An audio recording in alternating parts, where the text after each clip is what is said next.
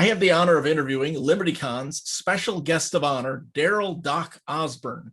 Thank you for taking the time, Doctor. No problem. Glad to be here. Okay. Dr. Osborn is recognized as one of the area's top twistologists. You can often find him attracting huge crowds at conventions, company picnics, grand openings, fairs, and festivals across the South. Known for his speed, creativity, and weird point of view, his creations are loved by adults and children alike. We here at LibertyCon love him. Yes, a man out of time living in the past lane. Controlled chaos ensues when a mad scientist takes over the con.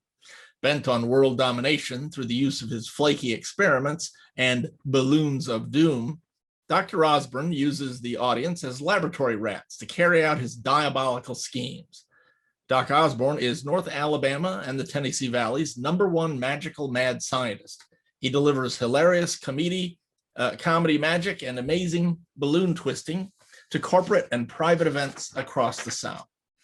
And I want to begin by telling you that you have one of the best websites I have ever seen. It is really astounding. Not just because it's bright and colorful, but because it clearly lays out and it's entertaining and informative. Whether people want to book you for a gig or just want to see pictures of the things that you've done and watch videos of you in action performing in front of a crowd, it's really nice. Thank you very much. Mm-hmm. I watched your balloon twisting demo video in which you twisted and untwisted and retwisted a balloon over and over and over. I was astounded. And my question is, how often do balloons break when you're assembling something? Well, I'm asked that a lot. Each balloon breaks only once. Okay, but over your career, I mean, you must have broken more than one balloon. Oh, yeah. Mm-hmm. When you get started, that's something that you have to get used to and just accept. Balloons are going to break. Sometimes when I'm entertaining kids, I'll throw that out there and say, just like everything in life, sometimes a problem happens. You just pick yourself up, start over, keep going. A good life lesson for them. Yeah, there are some things in balloons that you can do to decrease the number of breakage. Like, for instance, balloons are made out of latex and they oxidize over time. Mm-hmm. So fresh balloons are more resilient. Also, getting good quality balloons helps also. Mm-hmm. I suspect you kind of gravitate to certain brands because of the quality. Do you? Yes, usually a brand called Qualitex and Bellitalics are the two brands I normally use. Mm-hmm. Do balloons that are designed for twisting, are they composed of a different composition of rubber than a regular balloon, like a party balloon or something? No, they're pretty much the same thing. Their shape is just different. And the main difference is knowing how much air not to put in the balloon. Okay. Because every time you twist it, it takes up a little bit more space. So if you inflate the balloon fully and start twisting, it'll pop very quickly because air has nowhere to expand to. Ah, okay. That's probably something people generally learn from experience over time.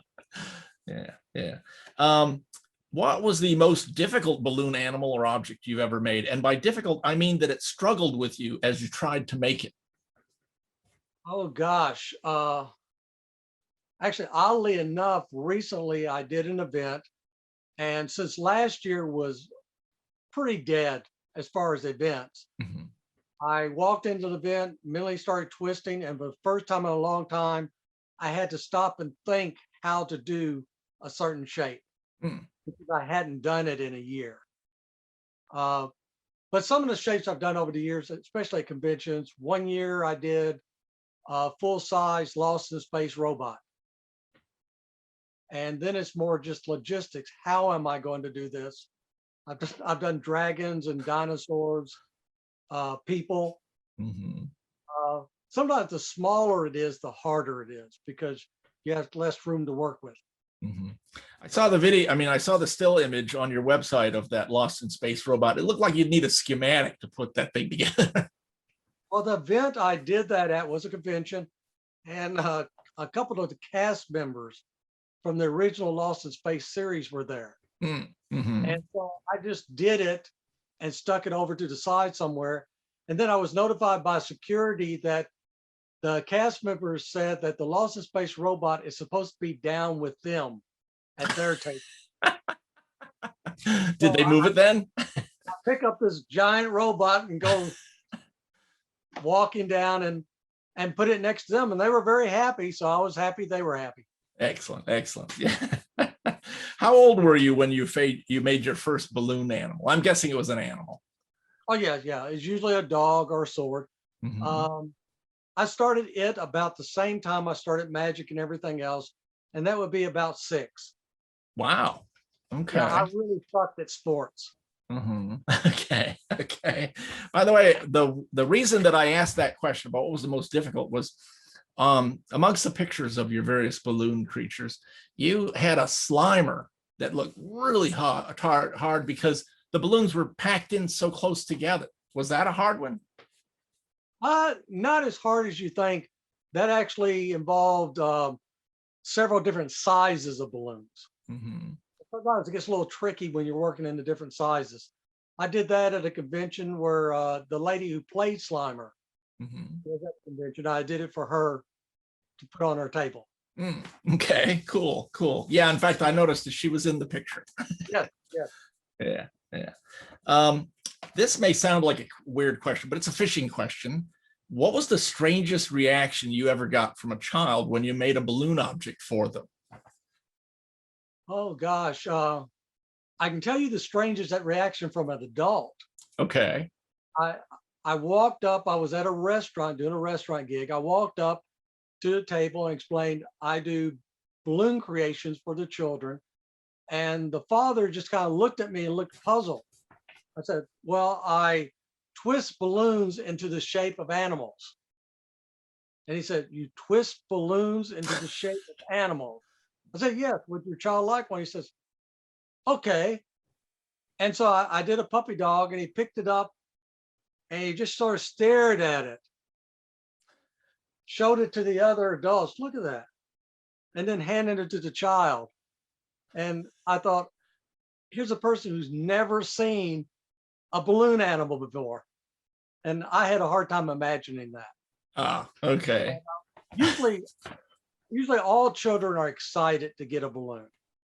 And often adults and teenagers are also, once they get into the swing of things. I've done high school proms and homecomings. And once they get into the balloons, then their minds start getting creative and they want other weird and unusual things. And it becomes more of a party. Okay. A prom seems a bit unusual because teenagers, once they reach prom age, they're so trying so much to be an adult and put away childish things. And I guess it kind of, go ahead. That's the case of once you get a few balloons out there, then all of a sudden everybody wants one. And quite often I'll be at an event where there'll be the tweens who are too cool for balloons. And the adults will say, "Hey, I want one." And once I start doing hats and things like that for the adults, a little bit later on, the tweens kind of walk around and say, "Hey, can I get one of those balloons?" So yeah. What was the largest thing you ever made out of balloons? done a full-size car. Whoa. Several full-size motorcycles, dinosaurs, that sort of thing. Oh yeah, I saw a picture of I think it was a dragon. It looked like a T-Rex with wings on your website. Yeah, it was a dragon skeleton. Ah. It was really, you were standing next to it in the image and it was way taller than you. It looked like it's 9 feet or something. Yeah, later on, actually, I took that at the end of the convention and converted it into a costume for a child who wanted the balloon. So I did it, and where the rib cage was, I fit him into the rib cage and did a strap for the head to fit over his head, and then attached the arms to his arms and just and he was wandering around playing dragon. Okay. Yeah, sounds cool. Sounds cool. Do you remember how old he was roughly? Oh, he was only about 7. Ah, yeah, man, that's the magical age for kids Yeah. and dinosaurs and dragons. Yeah, yeah. The opposite, of course, is what was the tiniest thing you ever made with balloons? Uh, well, one thing I do several different bracelets and things like ladybugs and small turtles and things like that. So a small ladybug. I did do a diamond ring one time Mhm. for a couple that had just gotten engaged and she wanted a ring. So that was pretty small. Was it approximately life size? I mean, approximately. A little bit bigger, maybe about 1.5 times the size. That's pretty small, though. Yeah, yeah. In your bio, you're referred to as a twistologist. Is that a word you made up, or is that actually a thing? Uh, it's kind of one of those terms that's floated around for decades. Just because of my character, Dr. Osborn, and the mad scientist, being a twistologist sounds much better than I do balloon animals. Ah, okay. Sounds more authority, like you have a certificate Yeah, in it or yeah. something. Okay. I understand you do puppetry and ventriloquism. How in the world did you learn to speak without moving your lips? It sounds super hard. Well, I started that many years ago where I grew up in Kentucky. In that local area, we had a ventriloquist named Bill Bowley. And we didn't know it, but he was like president of the American Association of Ventriloquists, Hmm. won awards, he did cruise ships. To us, he was just Bill. And I got to know him, and years later, we were in the same club together. And so I just got into ventriloquism.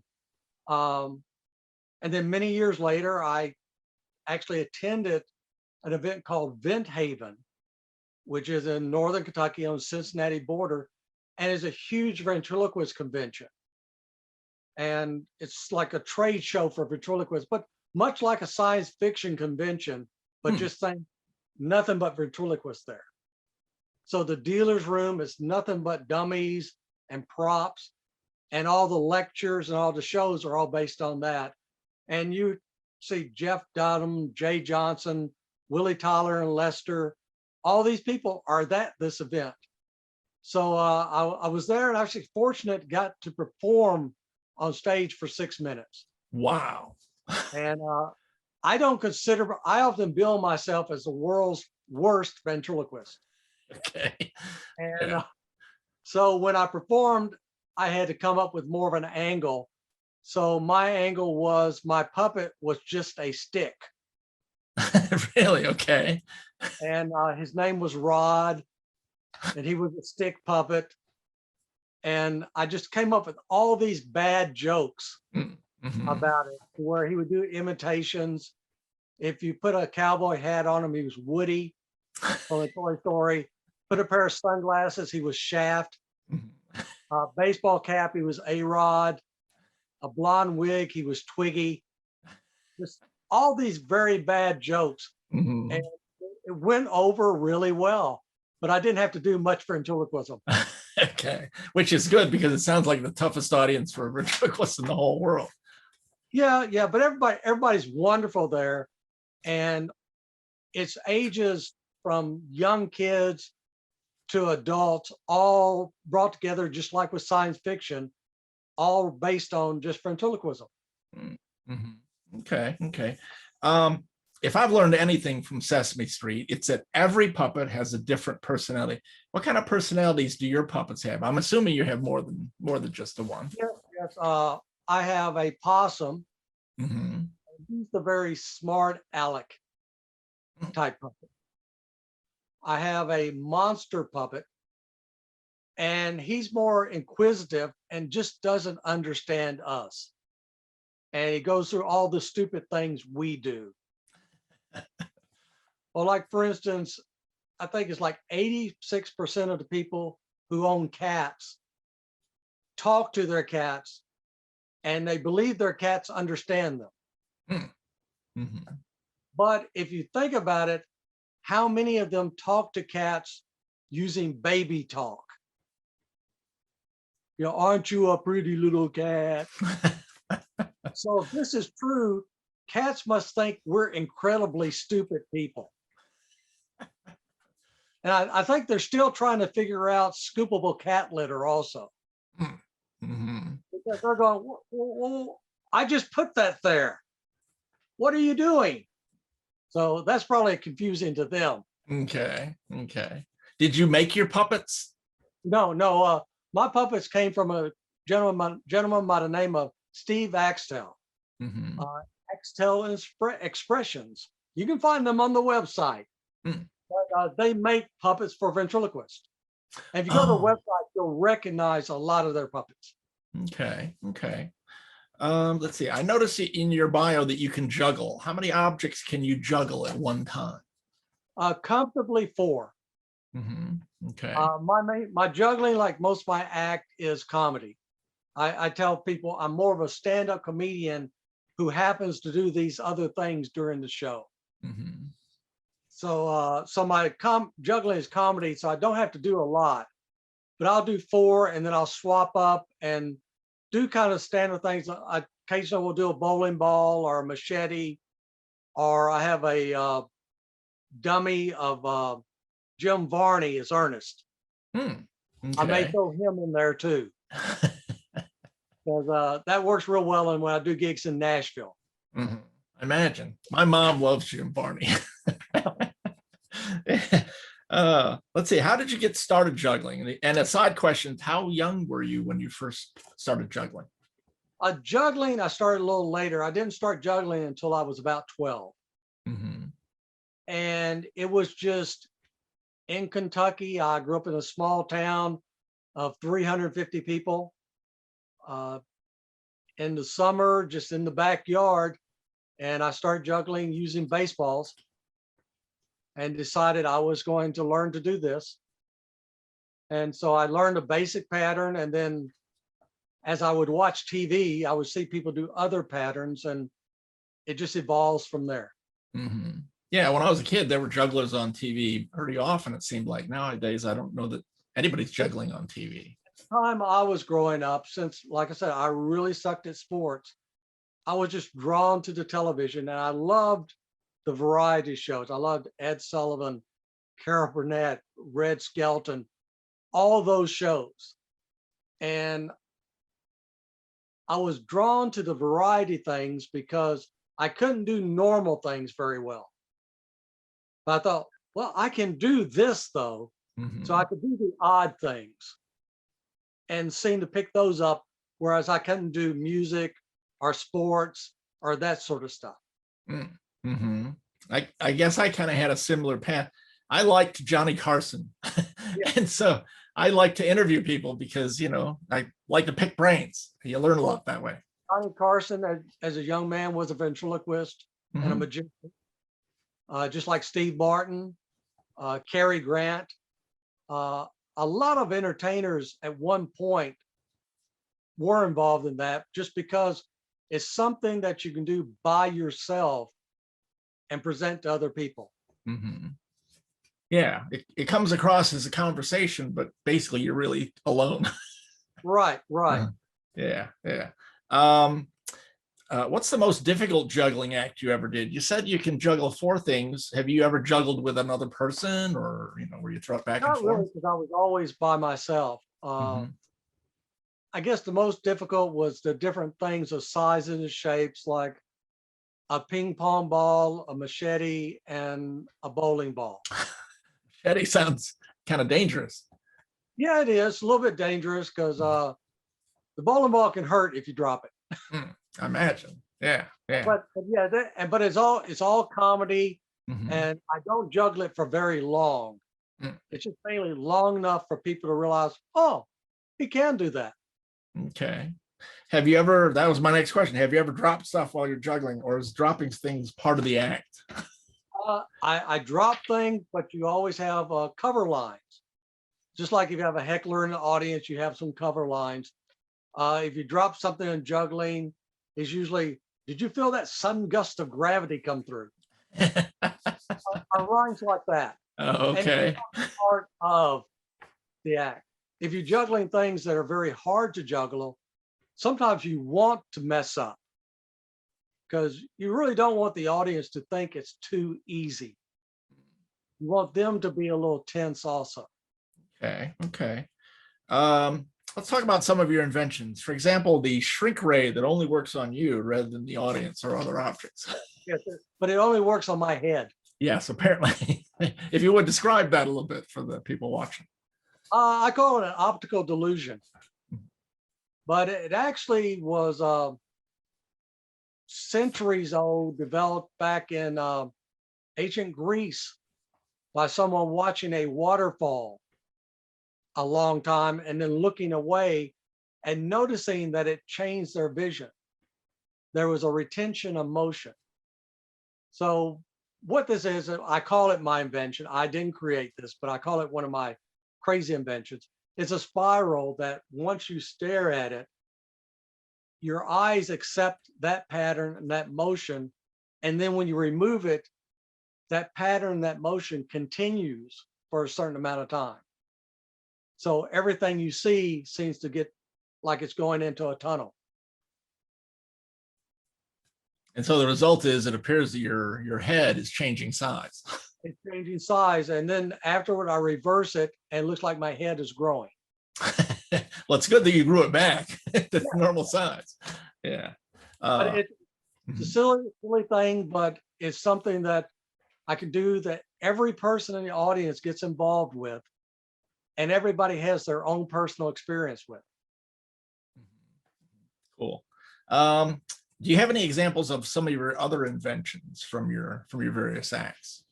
Oh gosh, I came up with some inventions that didn't go over well. Mm-hmm. I came up with flavored mace. Yeah, the tagline was making the offenders a little less offensive. Okay. That didn't go over well. And during the COVID thing, I decided, well, one thing I could do would do a mobile beauty parlor type thing. And it would be a mobile beauty parlor and also trash pickup. Mm-hmm. I call it waste away and die. But for some reason that never took off either. I don't know what happened there. Yeah, I don't know. I understand you created a book of magic, the Southern Wizard's Guide to Magic, Volume 1. If you would describe that. What that is basically just a book with a lot of simple to do magic tricks with everyday household items, range from cards to pencils to plastic forks, paper, pencil, things like that. I use that when I'm doing like a magic class somewhere. I may use that as a textbook. Or sometimes when I do an event for a special child, they may receive that as a gift from me. Hmm. But it's just a starting point for people who are really interested in magic. Okay. And I didn't check, but is it available on Amazon? No, it's not. No, it's not. Usually you can only get that from me at a live performance. Ah, okay. Is it in physical form then, paperback or something? Yes, it is. Okay. I Okay. do have it. I think I do have a PDF version on CD, but I just always preferred the physical version because that way I can personalize it to the person and become more of a keepsake. Ah, okay. Okay. For those interested in learning more about magic, you recommend joining a local magic club, which apparently can be found on www.magician.org/index.htm. If you would talk about I mean, I've never heard of a local magic club. Would you talk about those a little bit? There's magic clubs all over the world, and there's a lot more of them than people realize. The two main magic branches are the International Brotherhood of Magicians and the Society of American Magicians, known to us just IBM and SAM. And much like science fiction conventions, there are magic conventions held all over the country every year. Not so much because of COVID. Now they're virtual this past year. But what it is a club that people who are interested in magic, they don't necessarily have to be performers. They just have to have a love of magic. They go, they talk about what things are happening around the country. People perform tricks to try them out. We bring lecturers around and they do a magic lecture. And it's just a good way for someone to really see if this is something they're really interested in. And you can Google Society of American Magicians and International Brotherhood of Magicians and see if they have a local group where you are. And you'll probably be surprised. For instance, here in Huntsville, we have a group, and at one point it had over 50 members. Mm-hmm. I'm sorry, go ahead. No, and not all of them perform, and it's not required to really perform. They hope you do, because that's part of the fun of magic is performing. But is it more for somebody that's a middle level or advanced, or can you go if you're just a beginner? All levels, all levels. We have members that bring their kids. We have teenagers that their parents will drop them off. I've known members there that are interested, and they're there every meeting. I have never seen them do a trick. Okay. We have members that are more historical magicians. They know the history of magic. And you can ask a question, I'll tell, well, back in 1847, this move was created. And because every card move, everything you do has a name. I don't know what they are. I know how to do the moves, but they can tell you what the name is and when it was created. And that's their niche in the field. If you would tell me about your mind reading act. My mind reading act, I did a mind reading act that was called Reality Check.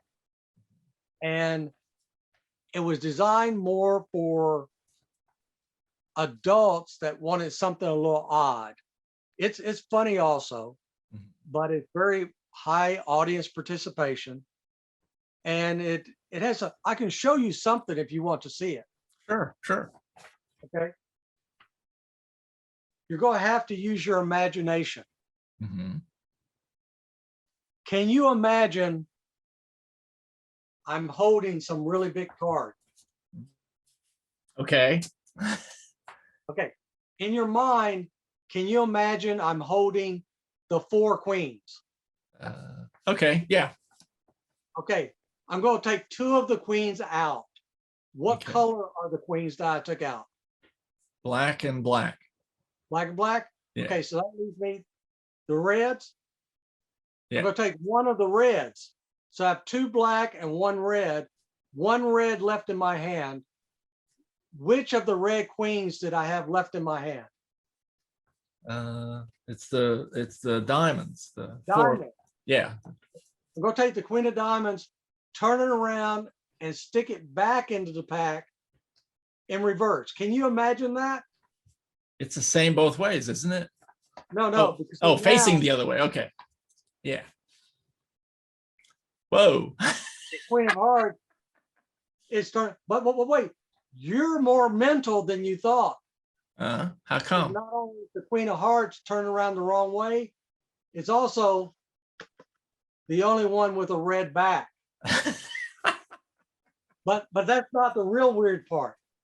You know what the really weird part is? What? I don't have any other cards. That's pretty cool.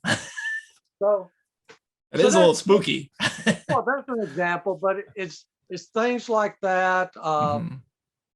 Predicting serial numbers off of dollars. Weird math things. Things from their credit card. A lot of things like that. It's harmless things, but it's stuff to make you stop and think. Okay. Let's see. A few years ago, you did a big fundraiser for the Scouts, which was apparently held in a very large amphitheater. If you would talk about that, how it came to be and how it progressed, and what you did in that show. Well, I do some fundraisers and things like that because I'll appear at anywhere from a living room to a baseball stadium. And usually for the fundraisers, it was actually at a regular theater. And I did one of my full stage shows, which in that has kind of all the elements of everything I do. It had magic and juggling, ventriloquism, and a lot of comedy, a lot of audience participation, and the effects will range from some small effect to levitating someone to taking a jigsaw and running it through someone's neck. Whoa, that sounds kind of scary. Well, it's scary, but in a fun way. Okay, yeah.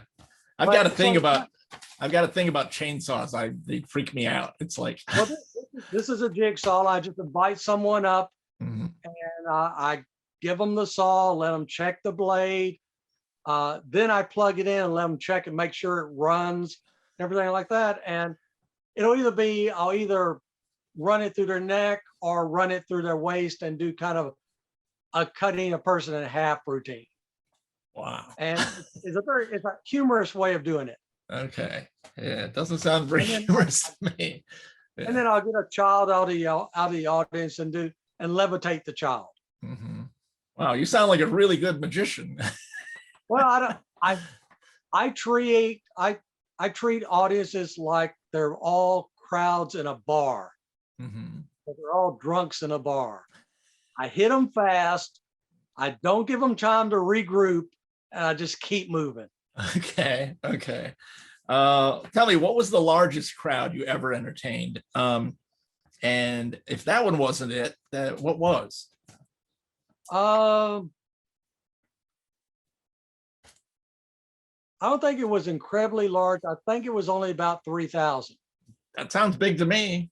And it was a convention show, so it was done in a ballroom, where they just huge ballroom, and I performed there.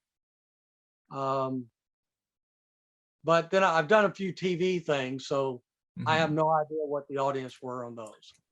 Can you talk about the TV things you did? Were they news shows or they were variety shows? A lot news shows and morning shows and noon shows, things like that. A lot of times I appear on those to publicize another show I'm appearing at. Mhm. For Okay. instance, if I go to Memphis to do a show, I'll go to the local news station and make an appearance and do a few tricks to publicize the show there. Ah, okay. Okay. Um, Tell me about your newfangled medicine show. Okay, that came about as a way to kind of merge all the weird stuff I was doing together. So what it is, the premise is I'm a snake oil salesman, come to town with the medicine show. Mhm. All the acts have taken the money and skipped town. Okay. So in order to keep out of jail, I have to deliver on everything that's been promised Hmm. in all the advertising. So I have placards, just like in the old vaudeville acts, that will announce each of the acts, whether it's contortionist, strongman, whatever. And I explain to the audience, between you and me, we will fulfill all my financial obligations. And then we go through and announce each act, and I get the audience involved, and we do that act. Yeah. Where does the contortionist come in? The contortionist, during my show, I usually open my show with a trick I call the stupid arm trick. And that's the contortionist part of it. Oh, I saw the video of that. That's where you have the audience do their hands like this or Right, something, right, and then right. they do this, and then you magically make yours come. Right. That's the stupid arm trick. Called that for two reasons. Reason number two, it's an arm trick. And reason number one is stupid. Okay. I was pretty impressed. I don't know how you did it.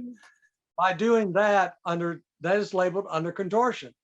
So okay. throughout the show, each of the like a placard will come up with the master of throwing up. And that will lead into the juggling routine. Hmm. The throwing up. Oh, juggling. I see. Okay. So that's how weird it kind of gets. Oh, my word, my word. On your website's Balloons of Dooms page, which has the subtitle, Let's Get Twisted, there are a lot of pictures of various balloon animals and balloon objects that you've made. Let's see. Oh, One guy was dressed as a Ghostbuster, a regular costume. His entire proton pack and the rifle attached to it are both made entirely out of balloons. It was, I thought it was pretty cute. Yeah, I saw him there and I said, you don't have a proton pack. And he said, well, make me one. So I made him one. I thought it was pretty cool. It looked pretty cool to me. Let's see. There are a lot of ornate and big, I mean, really big balloon hats. Would you talk about the balloon hats a little bit? Well, balloon hats work really well for two reasons. One, when you give it to somebody, their hands are still free to do other things. They don't have to carry it with them. Oh, okay. Two, is also immediate publicity. If you want someone to know there's a twister somewhere in the area, you start doing hats and let the people just wander around. Awesome. And it can get weird, it can get strange, and I'll link people together. I did 15 people in a room on computers. I linked all of them together and said they were networking. Okay. Yeah. I remember a picture of there was three guys. I guess they were friends. All of their hats, they were really tall and connected together way up high. Right. Yeah. Well, I've done up to like 10 people. Usually it's teenagers. They'll see something and say, can you link all of us together? And so I have this herd of teenagers all linked together with hats, trying to figure out how to maneuver down the hall. Yeah, that's why I was thinking they must be friends if they're going to go through the convention, together. Let's see.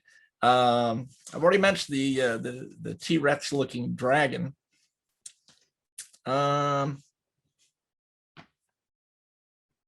Oh, I meant to ask, how long have you been attending LibertyCon? Since I'm, of course, interviewing you for LibertyCon. I really don't know. Mm-hmm. It's really kind of odd because years ago, I was at, I think, Mid-South Con. And this many years ago. And I was standing there and across the hall, I saw a guy that, you see something, I know you. And then he saw me, he kind of did and so we walked around and said, hey, I know you from somewhere. And he said, yeah. And we started trying to compare. And finally we came up with KublaCon. Mm-hmm. KublaCon was a convention in Nashville decades ago. That's it. That's where we know each other from. And this was Uncle Timmy. And from there, we started attending Chattacon. And then from Chattacon, started attending LibertyCon. Mm-hmm. So as far as actual dates, I really don't know. Mm-hmm. It's just an annual thing for us. Okay. For those who are unfamiliar, who maybe never been to LibertyCon, just watching this video on the internet, Uncle Timmy is the founder of LibertyCon and ran the con until I think it's about 2012, 2013, when he turned over control of it to his daughter, Brandy. Yeah. And Uncle Timmy was a large, heavy man, very friendly, full of love. He was astounding. I've only been going since 2003. But we always enjoyed seeing each other every year. Yeah. Let's see. He plays spades really well also. Yeah, he loves spades. What do they call the contest, spades contest? Oh, I don't know. I'm not allowed to play cards. Oh, Killer Cutthroat Spades. I think that's what it's called. Yeah. There must have been a time long ago when you were first starting out. What were your very first performances? My very first performances, oddly enough, were actually in church. Mm-hmm. And I can remember when I was very young, going up in front of the congregation and doing ventriloquism. Okay. And I enjoyed it. I think it was an odd experience for them. And nobody got too bent out of shape, so I continued on. Okay. And then, first, doing magic was just for kids in my class in elementary school. Mhm. And they had a little nickname for me in the town I grew up in. It was Village Idiot. Okay. Yeah, not very flattering, perhaps, but still. No, but it was a case of since I was the only person in town doing anything like that, at a certain point they just kind of accepted that, okay, that's just the way he is. Mhm. What was your first paid gig? Can you remember that? Oh, first paid gig. Mhm. It was a birthday party for kids who were older than I was. That's kind of weird. Yeah, their parent has seen me do some tricks and asked me if I would do some tricks at the birthday party. And I think I got $10 to Hmm, go and do. not bad. I went and I did it, and it went over okay because it was kind of the case of, okay, here's this little kid who's doing things we can't understand. Ah, okay. And so I think they kind of looked at it from that angle. Okay. Okay. And the adults like just calling a kid over and having them mess with their friends. I would think that that would be a tough audience at first until you got to, once you impress them maybe with a trick, but starting off, they could be a pretty tough audience. Oh yeah. And with the adults, they start, oh, okay, it's cute, just humor the kid. Mhm. And then when I turn over a royal flush or four aces, their attitude changes all of a sudden. Let's see. Before I let you go, if you would tell people how they can learn more about you. Learn more about best way is you can go to my website, which is After Dinner Magic, just like After Dinner Mint, just afterdinnermagic.com, or you can go to balloonsofdoom.com. They'll both take you to the same place. You can Google Dr. Osborn Magic and look for my website there. On my website, there's several tabs that you can click on and search around. It talks about different types of shows, has a few videos. A lot of the videos are from conventions that I've appeared at, and just a bunch of silliness. And also, I'll be adding more things on there. For instance, I've done a balloon tutorial for this convention. After the convention, I'll be adding that onto the site so people who missed the convention can see what happened there. Okay. Okay. Yeah, I would recommend your webpage. Not, I mean, obviously to be able to get a hold of you, but also the videos. You actually do some of your bits, your act, and so they can get a sense of what kind of stuff you do. Yeah, and they can see that I don't do anything serious or really scary or anything like that. My character is a mad scientist where kind of everything goes wrong. Mhm. Yeah, it was kind of steampunky, I guess. Yeah, it's a little steampunky. When I'm outside, I'm usually wearing a pith helmet. Why? Why not? Well, I sure appreciate you taking the time for the interview. It's excellent stuff. Oh, no problem. Glad to be here.